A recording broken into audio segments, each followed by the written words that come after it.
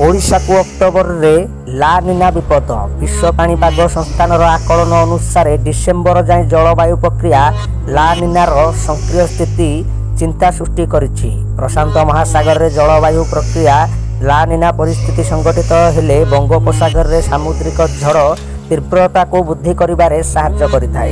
विश्व पाणीपाग संस्थान आकलन अनुसार डिसेम्बर जाए जलवायु प्रक्रिया ला निनार सक्रिय स्थिति चिंता सृष्टि करिछि।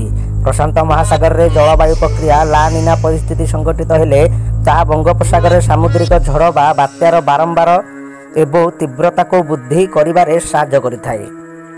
जलवायु प्रक्रिया ला निना प्रभाव में उच्च सामुद्रिक पृष्ठ तापमात्रार उपस्थिति जोगु पश्चिम प्रशांत महासागर तथा चाइना सागर अंचल रे सृष्टि बात्या गुड़िकर अवशिष्ट अंश बंगोपसागर रे प्रवेश सह मौसुमी परवर्ती बात्या ऋतु को सक्रिय कराइबारे यथेष्ट साहाय्य करिथाय। खास करी प्रशांत महासागर अंचल बंगोपसागर अंचल को प्रवेश अवशिष्ट अंश गुड़िक मुख्यतः भाव में अंडमान सागर अंचल रे प्रवेश करिथाय। साधारणतः यह समय अंडमान अंचल रे उपस्थिति स्थलभाग सह सामुद्रिक तरंगर प्रतिक्रिया फल किछि निर्दिष्ट सामुद्रिक अभ्यंतरीण तरंग सृष्टि होइथाय, जहाँ अंडमान अंचल पृष्ठ तापमात्रा को 30 डिग्री किंबा अधिक धरी रखिबारे साहाय्य करिथाय।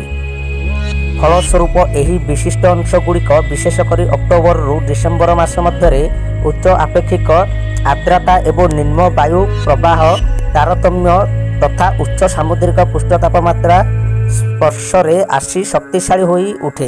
यही परिस्थिति भारतर पूर्व उपकूलवर्ती अंचल गुड़िकरे प्रबल वर्षा एवं बन्या सहित अधिक विनाशकारी शक्तिशाली प्रलयंकारी बात्या सृष्टि करिपारे, जार दिगदर्शन हेउछि 1969 महाबात्या, 1909 रे ओइला, 1918 रे तितली, 2021 रे गुलाम एवं जवाब, 2022 रो आसानी। सेहीपरि मौसुमी पूर्व बात्या ऋतु रे 2019 रे फनी, 2020 रे अम्फन, 2021 यशा। एथि मध्यरु 1999, 2018, 2021, 2019, 2020, 2022 यही समस्त ऋतु रे बंगोपसागर रे सृष्टि बात्या ओडिशा को प्रभावित करिछि। Bureau report, news live 8।